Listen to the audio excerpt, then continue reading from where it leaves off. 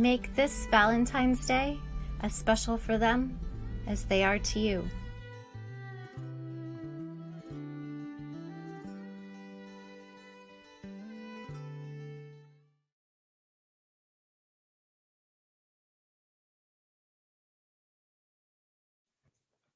Hi, friends.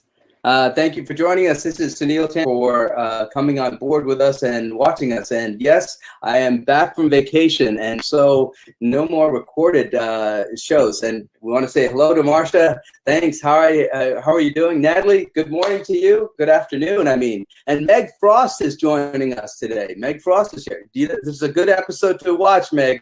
I'm glad you're here. And so is, I think, Jacqueline Smith, our parish administrator, is watching us. Mary is watching us. Mary Belanger.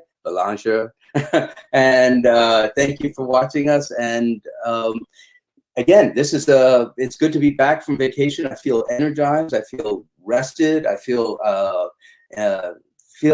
good and engaged. In fact, yesterday I took my bike ride, and I actually did something that Ben suggested I should do, which is take a video of me and just tell people where I am out in the world in Westerly. And yesterday I was at that point with that cliff around the Weekapaug where you look out into the Atlantic Ocean, and it was beautiful. And of course, I had some. I engaged in conversation with somebody I just met for the first time, and this wonderful couple been here for about 80 years in Westerly, and just started this great conversation with them. And just so yesterday I wouldn't have gone to that place. I would have been so stressed out if I didn't take my rest, if I didn't take my vacation. And so yes, Mary Belanger said yes, the Overlook. The Overlook, yes, that's what it's called. And peace to you, and thank you for being with us. I went to the Overlook, and the week before I was so tired, filled with, just this whole time with being kind of cooped up and doing all these ministries that we're doing, which are really important and good ministries. Just got me very tired. And so this last week, I took off, and it was wonderful. I spent some time just reading, biking, binging on Netflix, TV shows. I'm watching this one called The Warrior Nun now. The Warrior Nun, which is really kind of risque, but nonetheless, it's entertainment, right? And what I guess I'm trying to say at the end of all of this is this: that it's important to rest. It's important to take some Sabbath time. I mean, that's why when God created, in the Genesis story, the story gives us a metaphor of creation and life and balance, and God rested on the seventh day. And that's a good model for us. The time to rest, to recuperate, to engage in activities that are different from what we think is a normal workday, and to find time to just connect with ourselves, connect with God, connect with our loved ones. I mean, this week, I spent a lot of time with my sons, and especially my youngest son. We're working out together. We're actually lifting weights and riding bikes and going on this exercise kick together. And it's beautiful. It's beautiful. So I think rest is very important. And for those of us who have been engaged in a lot of work, I mean, I'm talking to my staff also. They work hard. They work, and they're very diligent in their work, and I don't always set the right model for them, because I always push myself too much sometimes. And I think it's important they too rest. And so I'm going to encourage them to rest, take some time vacation during this summer. I'm going to also encourage all of you folks to make sure that as you engage in your normal activities, take some time to rest. Take some time to rest, to disassociate yourself from the normal practices and routines that you're engaged with, and take some time to rest, reflect, pray, read, and collect your thoughts. Let your mind be rejuvenated. Let your body be rejuvenated. And I think when you come back, you'll be filled with energy and passion. I couldn't get back. I couldn't wait to get back to work and to get back to you guys and to touch base. And I couldn't wait to get back to finding wisdom from these guests that we have. And today we have two really wonderful guests, two people that I think are just amazing. They were trebles, at Christ Church trebles, and also they were the chorus of Westerly trebles. And so, what trebles are those, and they'll give a better definition, but trebles are those young boys that were raised to sing holy songs, as I imagine it. But some of those young people, from what I've understand, were very mischievous.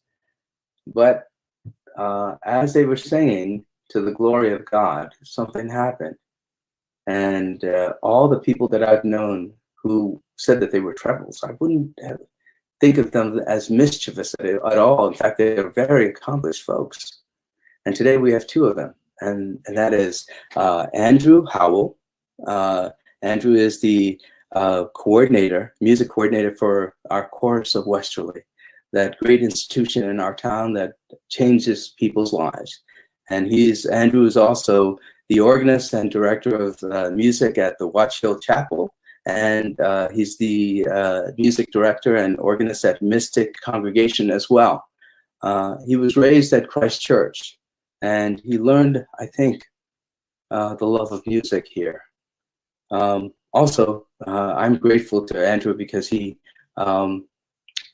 every Sunday when you hear the soloists singing, that's him.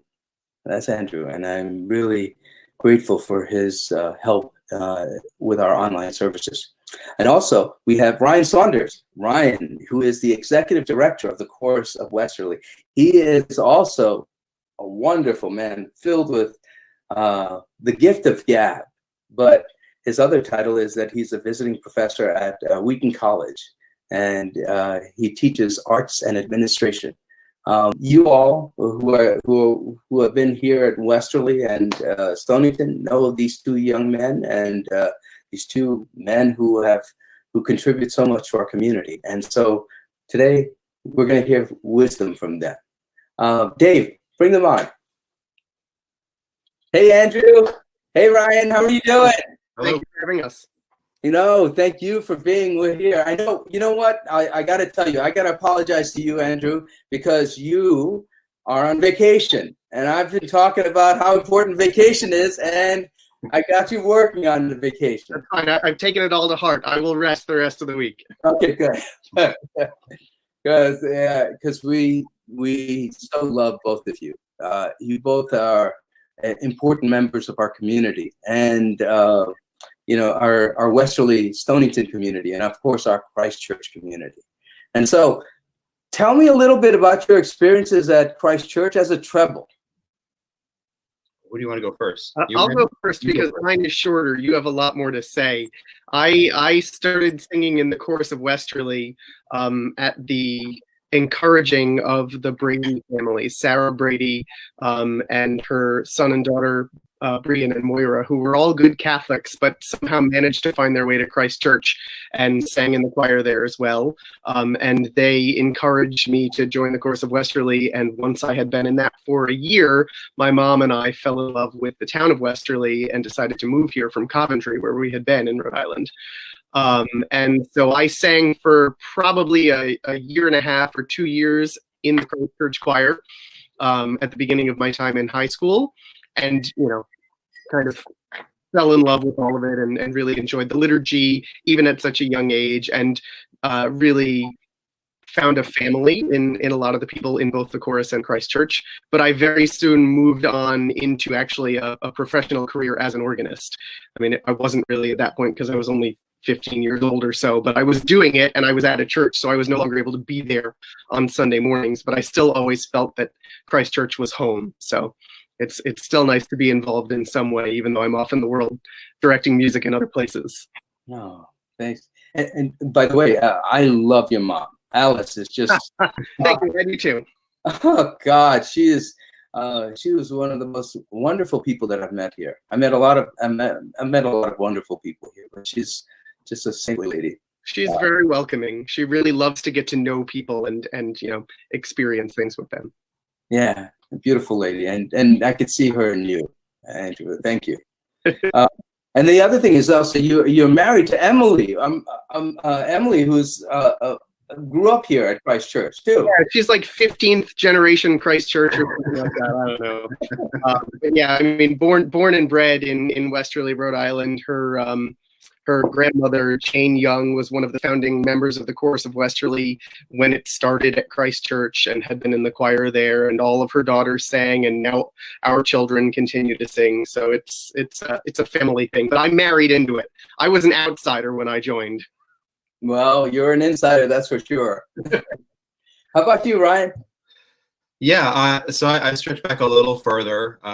So my parents actually, my mom is a graduate of Stonington High School in the early 70s, and my father the same year at Westerly High School.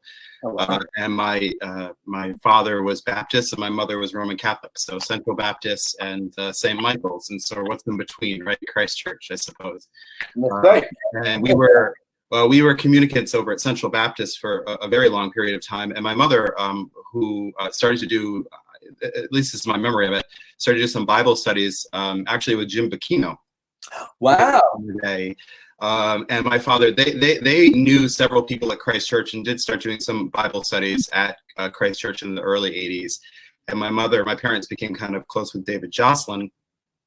And eventually looking for something that was a little, had more, more of the liturgy, more of the ceremony, something that was not quite the Baptist church, but not quite the Catholic church. They found their way over to Christ Church in probably 83 or 84. And I was 5 or 6. And so we just sort of was just sort of a family that, I hate to say Christ Church recruited, but Christ Church kind of recruited in. But the music was a huge part of why I think my parents loved the church so much. And the choir program at that time was just this machine. And, there was the girls' choir and the trebles, and, they were doing matins and the services and stuff like that. And I like to tell the story, and whether or not this is true or not, I don't know, but I like to tell the story of that my life. I always wanted to be Don Mattingly and play first base for the Yankees. And I think my parents very early on recognized I have no hand-eye coordination and also needed a social outlet. Ironically, I talk a lot now, but I didn't talk a lot back then. And somehow through the suggestion of David Jocelyn, they said, well, why don't you go have him work with George, with Bunky, and have him sing in the choir and the chorus. And I was very reluctant to do that at first, but I have a memory of David Jocelyn taking me out in his old, whatever it is, his Model T or his Model, I think it was his Model T, driving down River Road, and him trying to talk me into going up to choir camp at Ogons and joining the choir and joining the chorus, and telling me I'm going to have to work hard. And Mr. Ken is tough, but he'd like you. And that led one thing to another, and that brought me into the choir and into the chorus. And it really became, it was Christ Church, and that choir room was my other bedroom. It was my other home. And yeah. I really fell in love not only with just making music and all of this beautiful stuff we were doing, both at Christ Church, but also at the chorus hall. There was something that was very special to me. But the people that you meet along the way, and the people at Christ Church, were so loving coming in. And even I had no family in the choir. But when you came in as a kid, they really brought you into the family very quickly. And, I spent so many days at Christ Church, a lot of time up in that bell tower, but we had a huge youth group when I was there too. And, it's really between the choir and the chorus, I always knew that I had to have both of them as part of my life in some form to give back. I never thought I would work professionally in Westerly, frankly. I never even thought I'd work for the chorus, but here we are. So No, it's We're glad beautiful. you Say that again, Andrew. I didn't hear you. do. We're glad you do. Yeah, we're glad that you do. We're glad that you do. It's interesting, Ryan. When you have David Jocelyn putting the hard sell on a kid, that's pretty interesting. Because David Jocelyn's very persuasive because when he was here, he was the rector, but he eventually became the bishop. Right. He was in terms of my choir life, which started in 1986. He left the year after, and Larry Provenzano was priest in charge, and then Bob Anthony came in.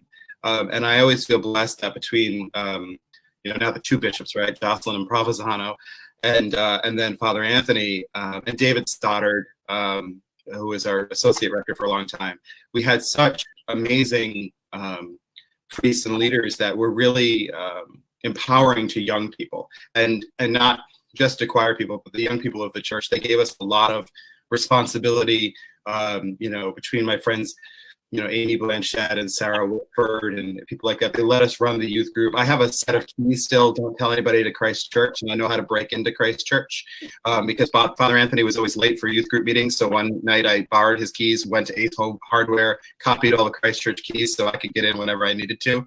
But one of the things about both the church leadership and the choir leadership was they really put a lot of faith in us, pun intended there, and really try to make us understand how hard work was so important, and that how we had a kind of responsibility to the church, but everyone there and the people that came after us.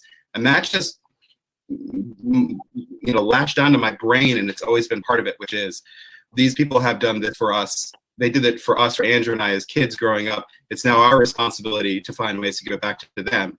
And I think that Christ Church has always been so beautiful in the way it does, empower young people to believe in themselves and move ahead. That's right. I agree with you. And I think you are giving it back, both of you. I mean, I remember my first concert at the Chorus of Westerly. This was 5 years ago when I first came here. I wasn't expecting this, right? It's the ministry that began out of the church. And then, the lights are low.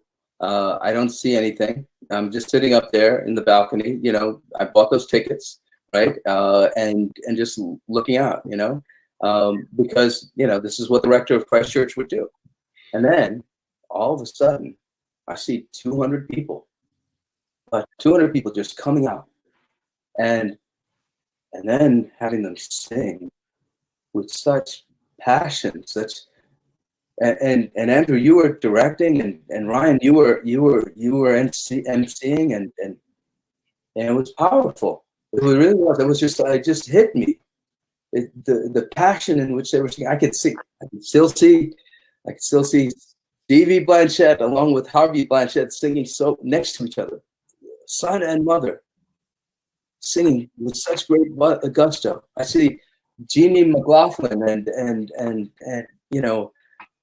singing out there, and all the others. I mean, I'm probably going to get in trouble for not naming all the people in our church, but it was just powerful. And then so I come back out, and a couple of days later, I'm going to one of the local shops, and I meet a couple of young kids, and they're serving coffee, whatever the coffee shop was in nearby, and I told them I went to the Chorus of Westerly. Oh, I'm a part of the Chorus of Westerly, and then all of a sudden this young guy started telling me about how music has changed his life. And I'm thinking to myself, this is God's work. God is working to, who knows what this kid would have done before, but there are many, many stories of people who've changed the course of their life because of your ministry, because of the ministry of the Chorus of Westerly.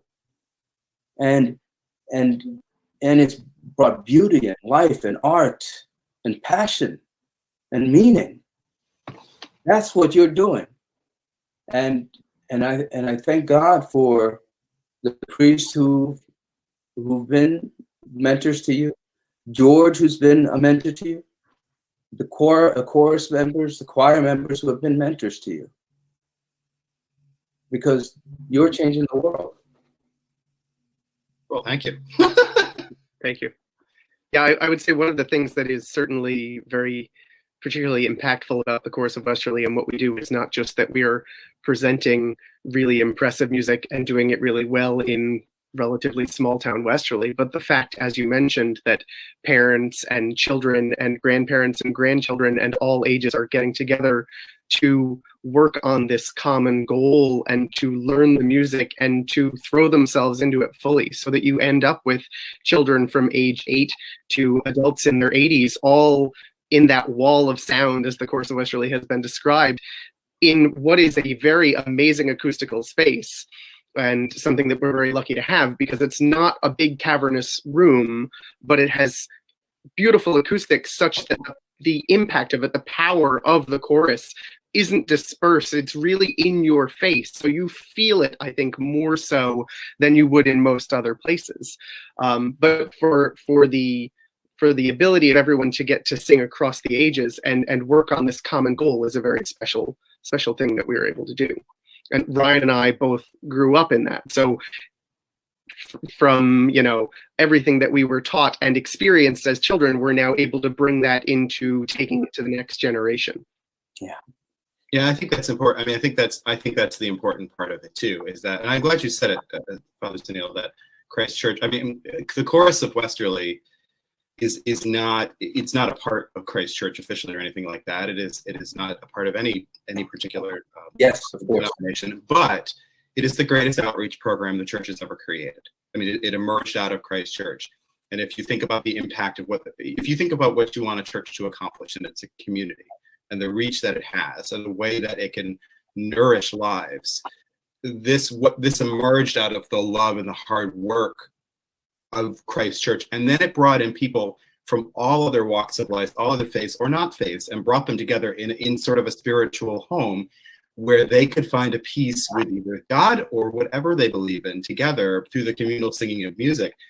But it built out of these building blocks over at Christ Church. And you talk about seeing all those people on the risers. I get very emotional when we have concerts, because it's hard. I always see the people who are singing there. But I also see the people who aren't singing there anymore, who were up there, the Ann Utters of the world, the Grandpa Kents, the Jay Blanchetts, there's so many, Larry Chicks, I could go on and on about all the people, but then I pivot my head around when I get to do this curtain speech, and I see this audience, which is filled of people from Christ Church, from all over our community, but I also see the audience members who are there for it. And you realize that what was created was just sort of this symbolic home of love and communion right in the community of all that is good.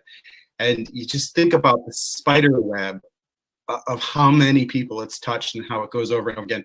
It's overwhelming sometimes. And for a long time I was convinced I would never ever work in Westerly. And it had nothing to do with not my love of Westerly. It's just like, no, I'm going to go off and do my own thing. And it's taken me a very long time to realize that my path was always steering me right back to where I was, because this is the way I could give back. And this was, I often think this was my message from on high. Like, this is what you need to do. I don't need to be arrogant or self-centered on that, but more and more lately I've been thinking about that.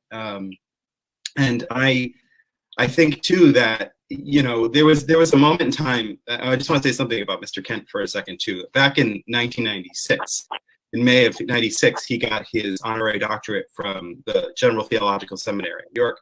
And for reasons I don't understand to this day, or maybe I do, Father Anthony and the Kents had me go with them to be there, to be the one kid, I guess, to go along, to watch. You were there?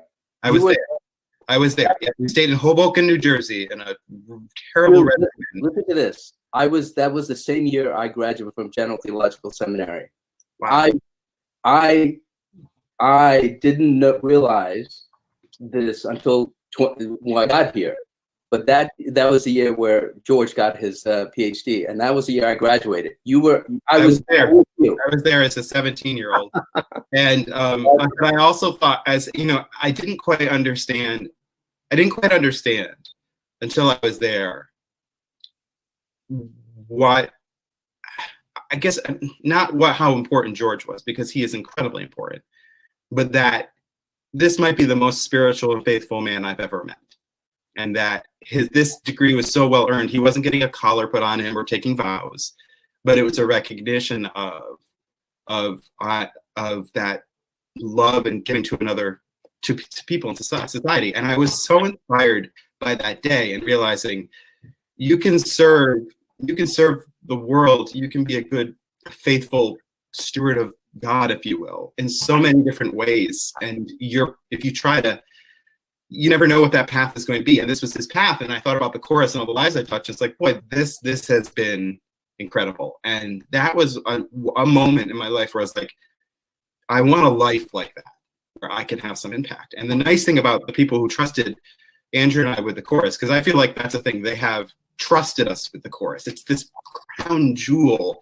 And we've done a lot of good things and we've screwed a lot of things up, but they've trusted us with it. I feel so honored to do that. I think Andrew and I realized it's so important. And it's not just the whole growth of the chorus or all of what we've done in the community. It's not just George, but he was the start of it. There are just so many other people that have given so much to it. You talked about Stevie and Pam, like the kitchens, gosh, there's so many. I get in trouble not with people too. Yeah, don't do that. No, it's just, but if you think about how it all, I constantly say to myself, God moves in mysterious ways, and be like, wow, I didn't get that till now. And it is remarkable. It is, looking back now, being older, it's really remarkable. And I feel I am very lucky.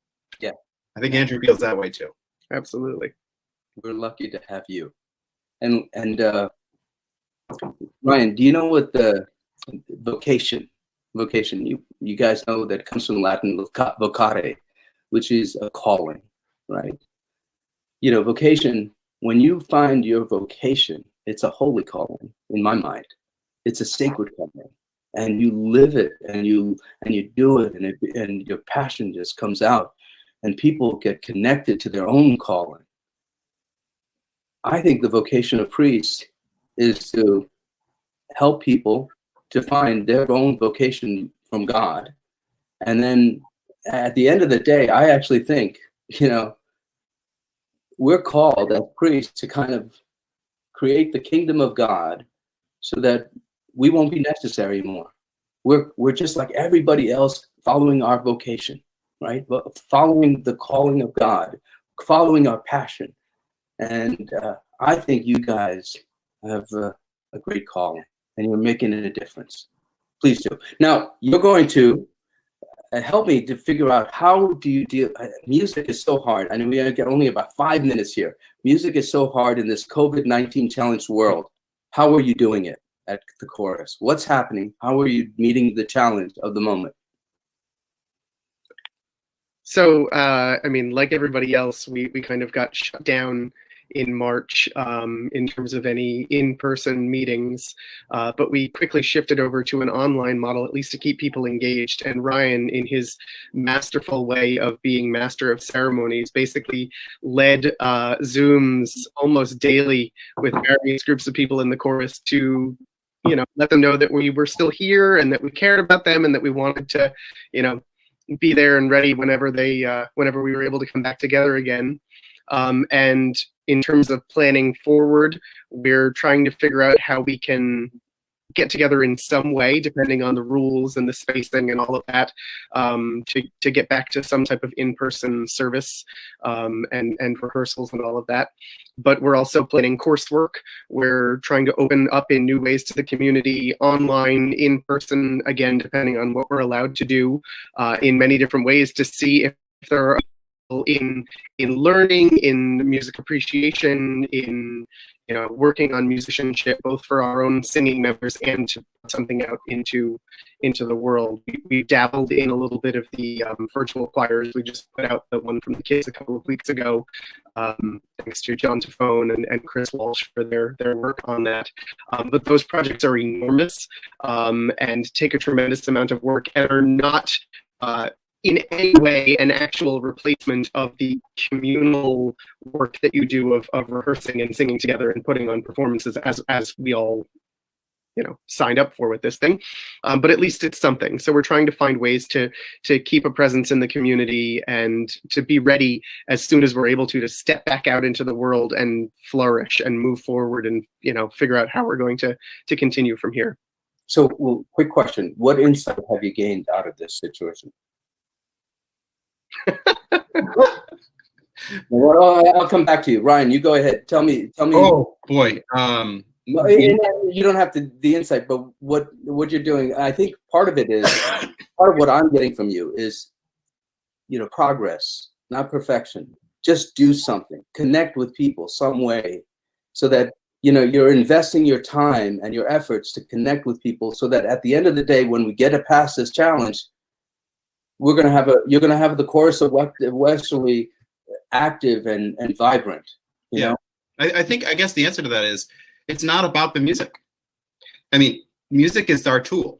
It's how we do things. But and singing is what brings us together. But it comes back to this connection between people and finding ways. I guess looking at my end is that I think sometimes we in the office overestimate how important performance is. And performance is just, the process is more important than the performance. And now we've got to reinvent the process. And that's the thing is, you're working together on something to get to an end goal. And that's what connects you to things. It's the process. The performance is the cherry on top of the sundae, and it's wonderful. And it's what we can share with people. So in many ways, what we keep joking about right now is we don't just have to reinvent the wheel. We have to reinvent the entire car. To drive down a street, we don't know what it looks like right now. Yeah. But the people involved are still the same. Yeah. And they're brilliant and they're wonderful and they're kind. And this is a period where maybe leads to some innovation or leads to some evolution of what we're doing that is better for our future. And we don't know what that is yet. And so we just have to wait and go out there. It pains us every time we have to cancel something or not get together. I mean, it is painful. But we also realize this is just but a short period of time. Even if this is a couple of years, this is a short period of time. And the singing and music has lasted for thousands of years. It's made it through wars. It's made it through pandemics. Think about it. All of this great music that we sing, a lot of it was written during horrible, horrible times. It'll come back. But we just have to move along with it. And I guess as long as we can be there for the people who need us most. And that's not just necessarily our members, but that is our community. And we can find ways to serve them, then we'll do it. But it's flexible minds. That's what it really takes. And a lot of patience. Ryan, I'm going to tell David Jocelyn I'm grateful that he had a conversation with you in his Model A. I think about that ride a lot. Folks, God bless you. Thank you for what you're doing. And thank you for participating in this food for thought. You've given us some wisdom, some wonderful thoughts. And remember, you always have this is your church, but if you need any help, I'd love to collaborate. Do whatever you need for me to do to help you. And I got to tell you, you'll see me when those concerts come back up again. You'll see me there. Thank you for all that you do. Thank you. Thanks for having us. And thank you to all your guests on the side there. There's a lot of nice, friendly names that we're seeing along on our that have showed up for this today. It's great to see all of you virtually. God bless you. We'll see you later. Again, folks, thank you for watching. This is an example of another group of trebles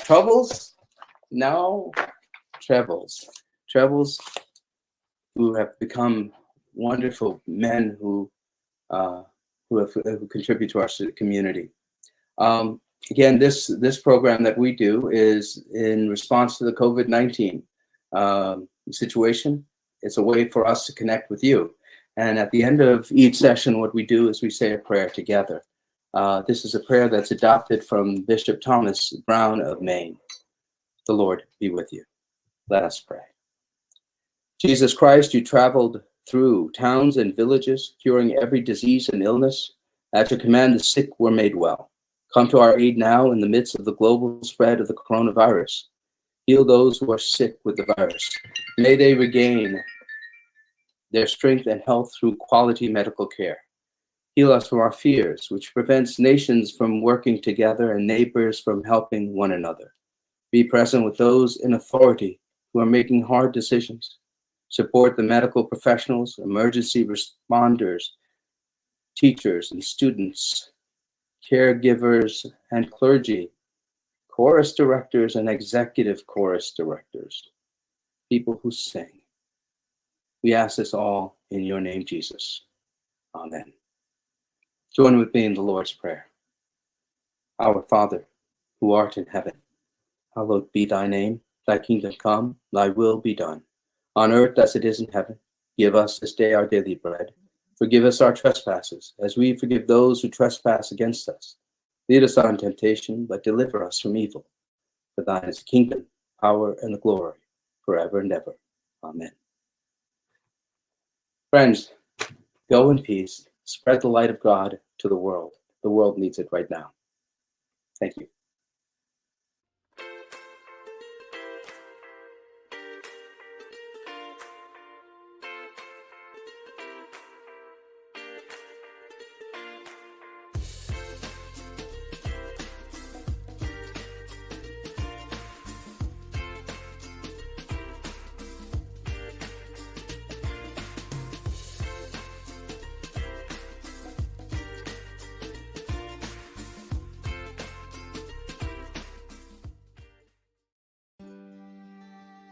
Make this Valentine's Day as special for them as they are to you.